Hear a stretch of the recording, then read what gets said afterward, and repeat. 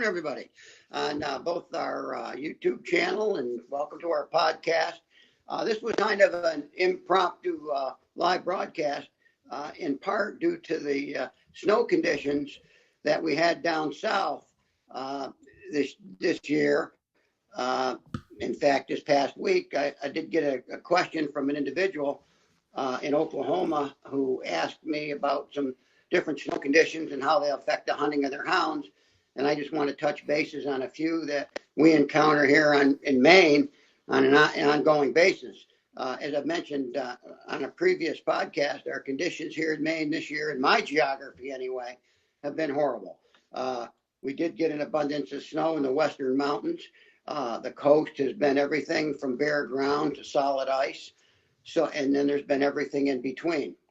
So if anybody has any comments or questions about snow, and I did want to get this out there before that snow in the south melted, because some of you guys would be going out, many of you young guys perhaps, going out in snow conditions for the first time.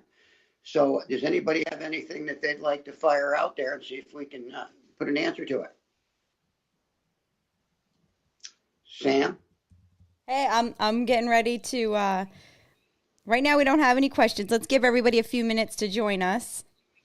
Okay. But here, let's, in the meantime, in the meantime, let's put that picture up there, what a track looks like in the crust. Absolutely. Let's see, this is a little crust right here. Yeah. And, that's what we've been dealing with a lot here in Maine this winter. We have had some conditions that were like that with small amounts of snow over the top of it. And we could find a track, but unable to run, because once a dog breaks through the crust like that, especially in deeper snow, he's going to harm his feet. Now, we did have occasion to get out several times where the snow depth was minimal, maybe only several inches of crust, and then a powder on top of that. And that allowed us to run without dogs actually breaking through a layer of crust and hurting their feet. So we've had just about every kind of snow condition you can imagine here in the state of Maine this year. And I don't think that you guys in the South are going to be dealing with that so much as you are. This recent storm perhaps have some wet, packy snow that's coming your way. Wind also affects the situation in the fact that it blows the light powdery snow off the crust and off the surface of the ground, and that makes it difficult. Every snow is different. You have wet, packy snow, you have light, fluffy snow, you have snow that comes down. You have warm days that melt a track out, such as that. That's a 2 or 3 day old track that was made when it was warm, and then it melted out. Not really runnable. That picture was taken for graphic purposes more than anything else during a scouting mission, so that we knew that cat was in the area. And then on a good snow day, or shortly after a good snow day, that would be the time to run that cat. And that brings me to the next comment that was made is, when's the best time to hunt in the snow? Well, guys find tracks during the snow. They find them shortly after it snows. I like it to stop snowing, sometime in the afternoon or early evening. And then the next morning, if I've got a nice light, fluffy snow to work with, that's the best ultimate time for me. And then and without any crust, it's got a good bottom to that snow. That's perfect. Now, in the event that you have a good solid hard crust, a freezing crust with 4, 5, 6 inches of powder over the top of that can be a good day as well. There was a gentleman in Oklahoma that recently asked me, when is the best time to go? Obviously, and whenever you can, whenever you can get out, when you have the time allocated to be able to go hunting, that's the time to go. I've found tracks in the middle of snowstorms, and then I've found tracks at times when the snow has been a week old. A lot of factors are involved there. One is I like to check the same roads every day. And if I don't find a track the first day, I'll go back and check it the second and third and fourth. And anything new will crop up if we haven't had any snow in between those days. Also, I look for the dust and dust on the side of the road. You can always determine a fresh track by the dust on the side of the road. Getting into that, you got a really bright white cat track right on the side of the road. It probably is it's probably a fresh track. You haven't had a chance to get any debris or dust blown into it yet. But that's how we ride the roads primarily in Maine and look for our tracks. And so a fresh snow is definitely a plus for us. Do we have any questions, Sam, that maybe have cropped up? Yeah, so we have a few questions here. Let's see here. One is from Meg Plot, and she wants to know, and I know we get asked this question a lot, what bloodline plots do you run? Well, my dogs are primarily Danny Luke bred dogs that go back to Dwayne Smith and Everett Weems, back even before that. But Danny has done an outstanding job on keeping that line and keeping it up to snuff. You know, he's a breeder. He knows what he's doing. He's a hard hunter, conscientious breeder, and does a great job with the dogs that he has. And I've been blessed to be able to share in that.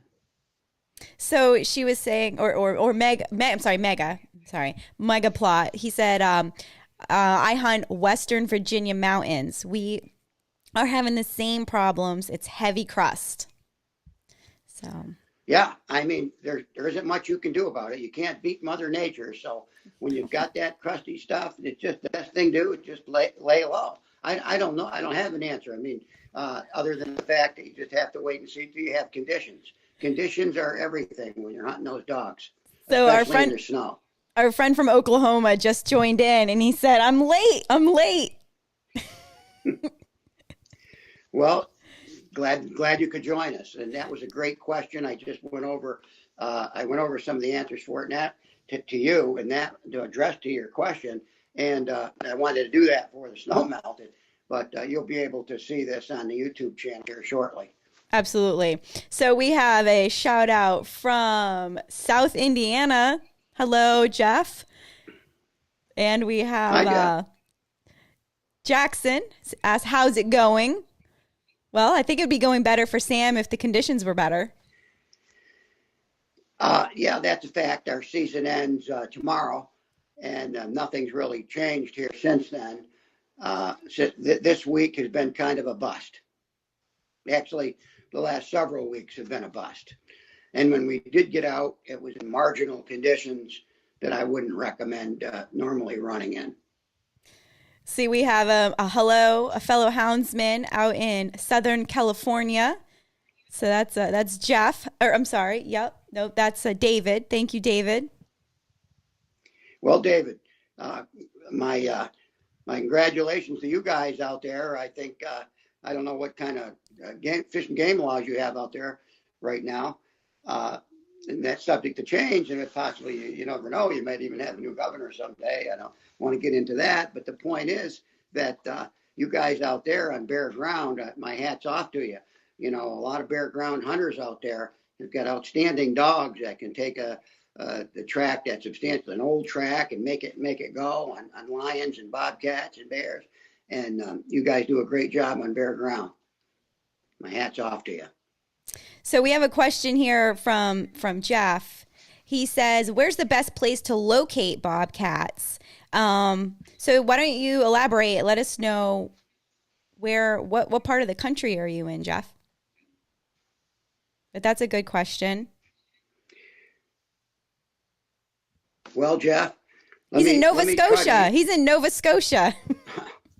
Well, Nova Scotia, that used to be the home of the World Bobcat hunting championships at one time. So I don't know what your cat population looks like out there because I haven't been there for many years.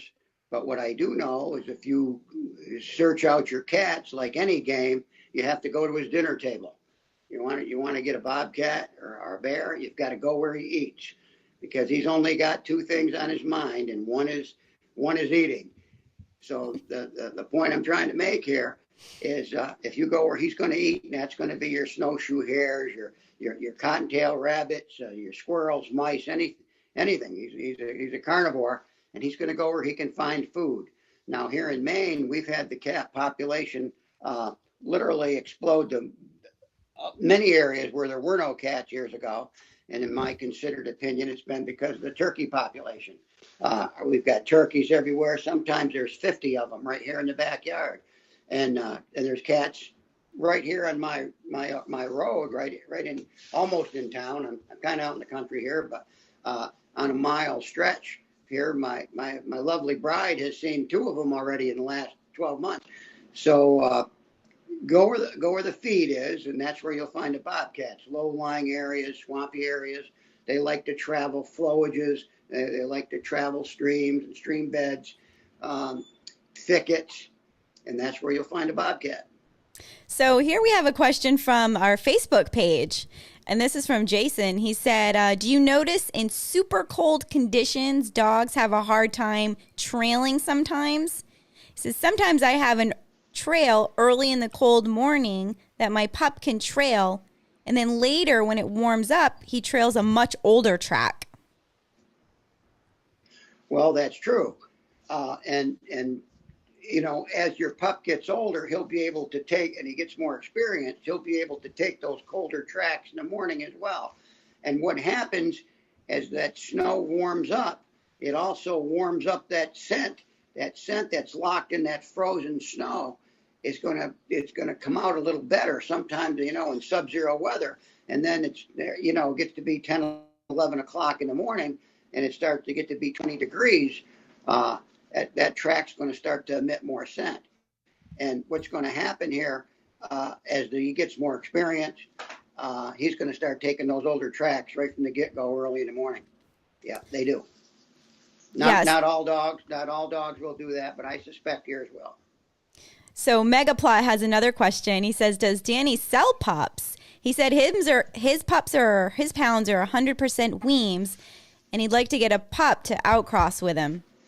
Well, that would be something that you'd have to contact Mr. Luke about. Danny, as a rule, does not sell dogs, and the reason he doesn't do it is because he would want you to have the best dog in the litter if you were going to have any. And in that puppy stage, he doesn't know that that's going to be. He wouldn't want you to have anything less than the best one. And that's the kind of gentleman he is, but that's something you'd have to talk to him about. I know that this year, maybe I'm speaking out of turn. I don't believe he bred any females, but that's something that you'd want to talk to him about. And here's one of our most popular questions that we get. This is from Jackson on the YouTube channel. Do you sell pups, Sam? And if so, I'd like to buy one in the future. Yeah, appreciate the question and thank you. No, I don't. I normally don't raise any puppies. It's just because I'm hunting most of the time, and I can't allocate the time to do that. I just don't do it. I have in the past, and I will on a very small scale in the future, but I wouldn't count on it for a puppy somewhere down the road. I can keep you posted, and if it happens, I'll be glad to contact you. So here's a really good question that I like from the YouTube channel, and this is from Richard. He said, hey, Sam, if you were making the laws, what would Bobcat season look like? Well, if I was making the laws, I mean, we've gone from a lot of different laws here in the state of Maine. We've gone from an exceptionally short season to a longer season. At one point, it ended in February the 14th, and now they've extended it till the 21st, and they've given us an extra week. And I think that our Fish and Game Department, Fish and Wildlife, does an excellent job in monitoring, because they are fur bearers here in Maine, and they are tagged. And I think they monitor the population and the kill, and that they regulate the laws accordingly. Yeah, we'd all like to see another week or two, but I think that in their wisdom, they're doing a fine job regulating and the cat population the way it is now. It's expanding. I know it's difficult because we really only have December, January, and 2/3 of February, so that's about 11 weeks. And if you take half of those Saturdays out because of poor conditions, these guys at cat hunt only have 5 or 6 days potentially to go out in the woods with their dogs and cat hunt. So, because we don't hunt on Sundays in Maine, we only hunt 6 days a week. There's no hunting on Sunday. So what I'd like to see perhaps is a training season on bobcats that went maybe when the season ends and in the middle of or the 21st of February. I might like to see a possibly a training season that went to maybe another 2 weeks till maybe the first week in March. Okay. So our friend David out in South California, Southern California, he said we can't run any kind of cats or bear with dogs anymore. So he runs coon and fox now. But he does have a line of hounds that are bred for cat and fox. Okay, that's great. Yeah. Great. Congratulations. No, that's true. I know that they're very restrictive in California on what you can run, but I think your neighboring states would be more open to running bears and cats, like Arizona. Let's see here. I'm going to, here in West Virginia, we find bobcat tracks where the rabbits are. We've never chased one before. Going to give it a try with our English hounds early tomorrow. Great. Congratulations and best of luck to you. And yeah, where the rabbits are, again, that's what I was saying earlier. Go where the feed is, and that's where you'll find the cats. You go to their dinner table. And Samantha, I'd just like to have you bring up that short clip of the crust so I can show what actually looks like and what we're talking about here.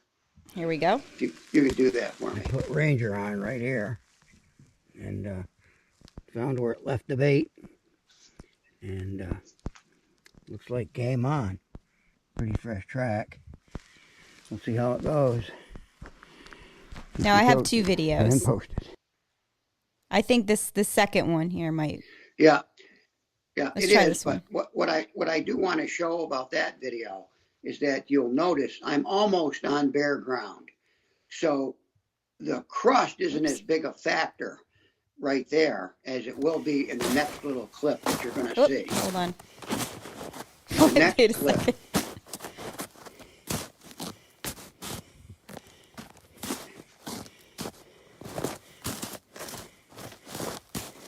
That's a dog killer. Cutting crust. You couldn't turn a dog loose on this stuff if he was a husky. There you go. There you go. That crust has snow underneath it, as opposed to the first clip that had crust almost on bare ground. The one that was almost on bare ground with enough powder over the top to show you where a track was one thing. The second clip, that would be what we've been dealing with most of the winter. It's just a hard, nasty crust. So I have another comment here from Richard from our YouTube channel. And he said, this has been, inspiration hasn't had hounds since he was 14. He's 40 now. He says, Sam's videos reignited a hot fire. And since watching every video several times, we now have 6 hound pups and we're training them on rabbits.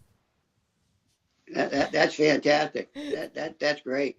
I mean, you couldn't start them out any better than you can on rabbits. He has been following along.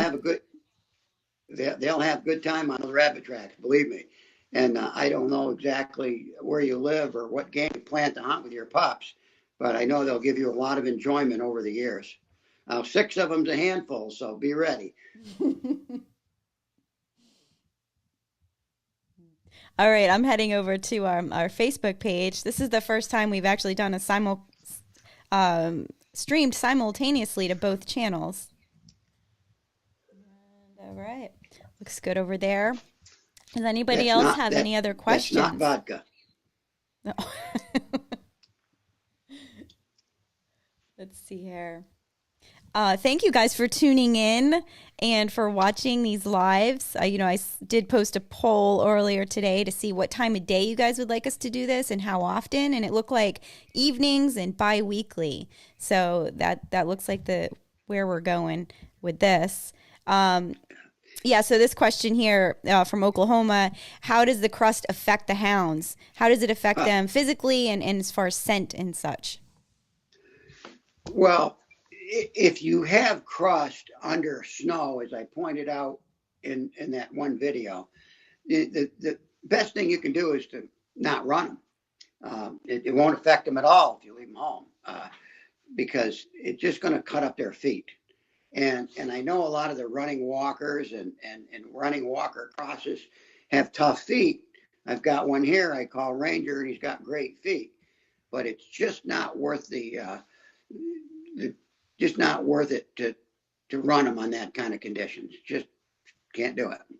And I do want to mention one other thing. We've got a couple of videos coming up in the near future. There's been some question about the kids videos. We're going to do the for children and some expectations that they have of us and we have of them coming up in the near future. We hope you'll all join and get something out of it. Maybe you can have the kids involved. Love to have your children into this broadcast. Have them maybe jot down or ask any questions or comments that they might have. And next time when we'll address just the children's comments and questions. Love to do that. That'll be coming up in the near future. Yeah, I like that. Now I have another question here with in regards to the different breeds of dogs. It says, what makes the red bones and plots different from other hounds like the blue ticks and the black and tans? Well, kind of an open-ended question. I mean, they're all fine hounds. Hounds are hounds. You're going to get exceptional individuals in every breed. Blue ticks, walkers, red bones, plots, curs, the whole gamut. In each one of those lineages, there are fine hounds. There's nothing wrong with any of them. So it's really a question that can't be answered. There's no difference in them that I can describe because each one of those breeds has got its own traits that are similar to the others. So you're in the same. It's all in the same soup. It's primarily what you, an individual, like, you or have access to. Some people have access to blue ticks. Some people have access to plot hounds. I've had plot hounds for more than 50 years now, and that's my breed of choice because I know the breed. And if you have a guy that owns walkers, he's going to feel the same way, and blue ticks and red bones. So there really is no, there's genetic differences within the breed, but it'd be like making a big pot of stew and trying to pick out which vegetables were the best. They're all good. Yeah, no, and here's another good question from Richard Burnett. He said, when you're cold trailing, do you want a dog that doesn't bark until it's jumped, or do you want a dog that barks along the way? Okay, when you say do I prefer an open trailer. I prefer a dog that is an open trailer on a cold track because I like to hear the dog. I like to hear the dog work. I like to listen to the dog's voice change as the track heats up. Those are my personal preferences because I'm more interested in running the game than I am killing the game. Now, as far as results, you may get better results on a bobcat track if that dog doesn't say anything on the cold trail. And when the first time he barks, he might be looking at that cat, jumping right out of his bed, and you might have a higher percentages of catches or trees than a cat that hears a dog coming from a mile away. So it depends on what you want to do. I like to hear them. And yeah. not that I can hear them for very long because I can't, but I do like to hear them when I can. So I like an open trailer. Yeah. Now, here's another question from Outdoors With Us. He says, I'm gathering you do guided hunts. What are the options to go along? What was the question again, Sam? So a guided hunt, if someone, what are the options to go along maybe on one of your guided hunts? Well, if I buy, if I guide a bobcat hunter and I guide him for the week, all he has to do is show up here and I'll take care of the rest. I've been bobcat And that, and hunting. that, I can and that officially includes, say. and that includes a gun. So if you fly in here from out of state, and I don't take very many hunters, so because I've got my daughter dragging along with me most of the time, and she takes up a lot of room. I travel light. No. Yeah. Yeah. Now the Richard he said this. I think he's the one with all the pups that just said he got back into it. He said his whole family is involved, and he's actually going to be looking forward to the videos. He has 3 daughters and 2 boys, and they're also helping with the training of the hounds. So that's really great. awesome. That's great, Richard. You're going to need all the help you can get with 6 of them, believe me. And it sounds like you got a good crew there. For sure. Let's see. We have a couple more questions. Have you tried putting boots on your dogs to protect their feet in the crusty snow? I personally have not, because of a couple of reasons. One, depending on the depth of the snow under the crust, the boots may not be of any help. Secondly, the couple of times that I've known individuals that have tried it, the dogs made every attempt they could to chew the booties off.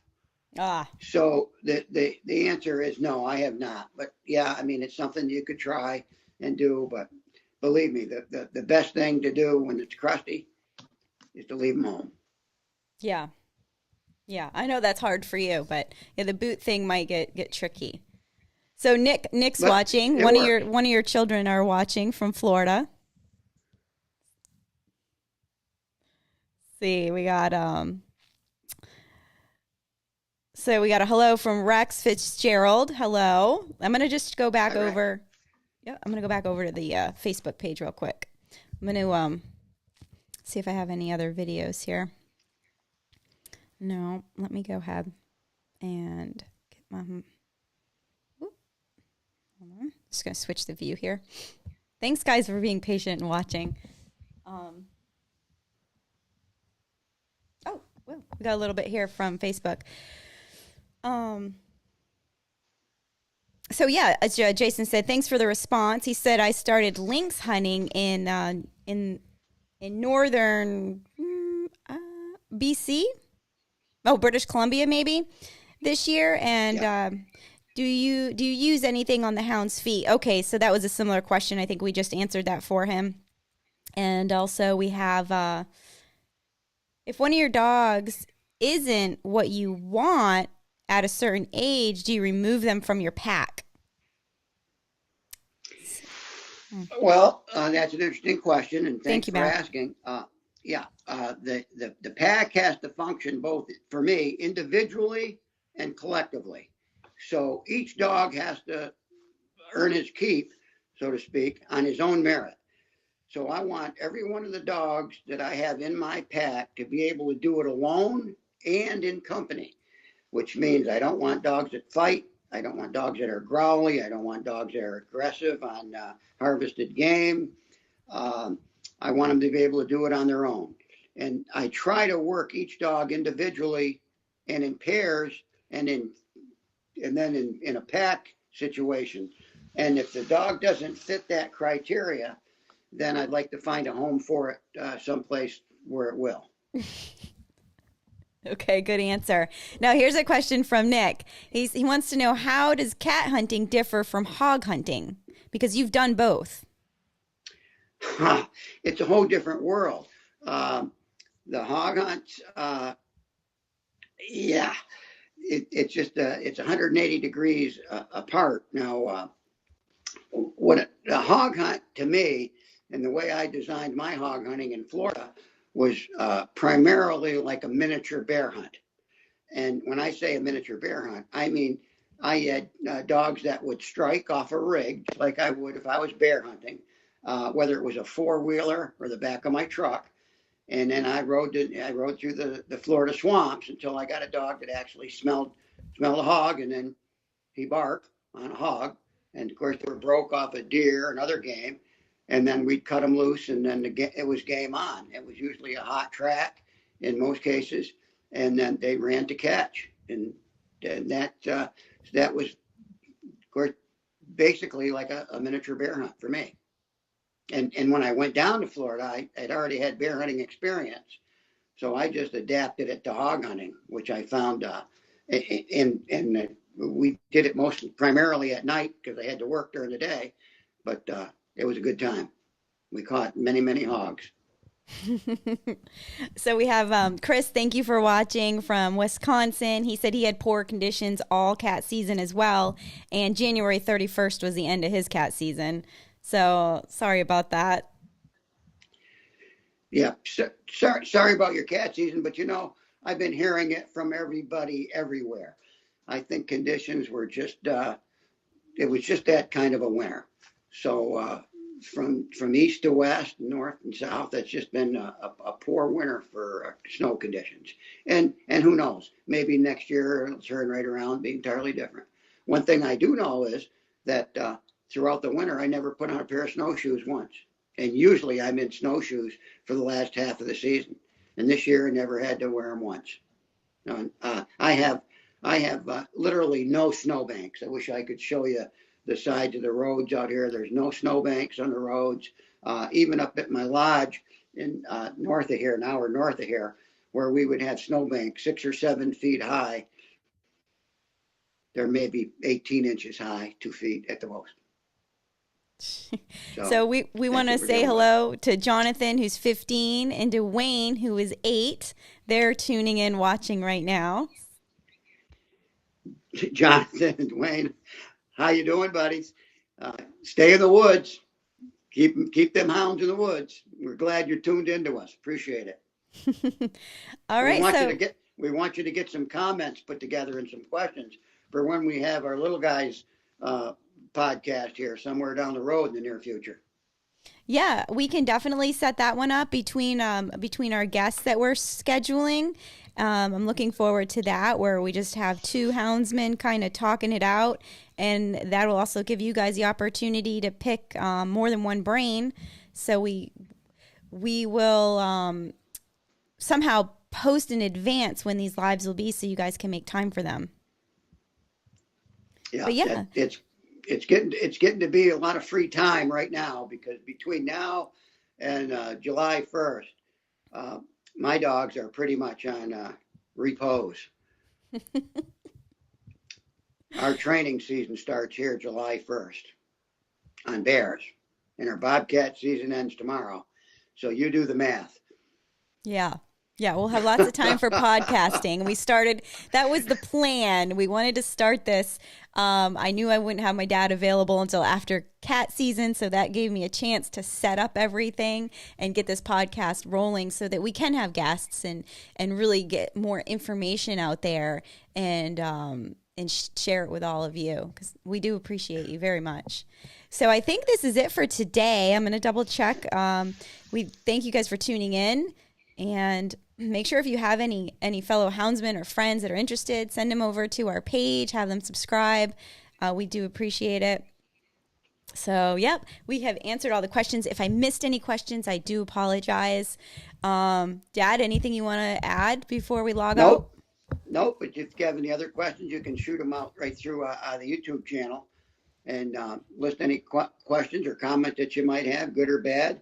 And we'll see if we can't get them done. And in the meantime, let's get those kids in the woods. We want to thank you all again. And we got some stuff coming up that you'll appreciate. We got a couple of cat hunts I think that Samantha's working on now that you might enjoy. So thanks again for tuning in. And God bless, stay safe, and hope all you people down there in Texas, you're going to get 70-degree weather tomorrow. So hopefully that'll thaw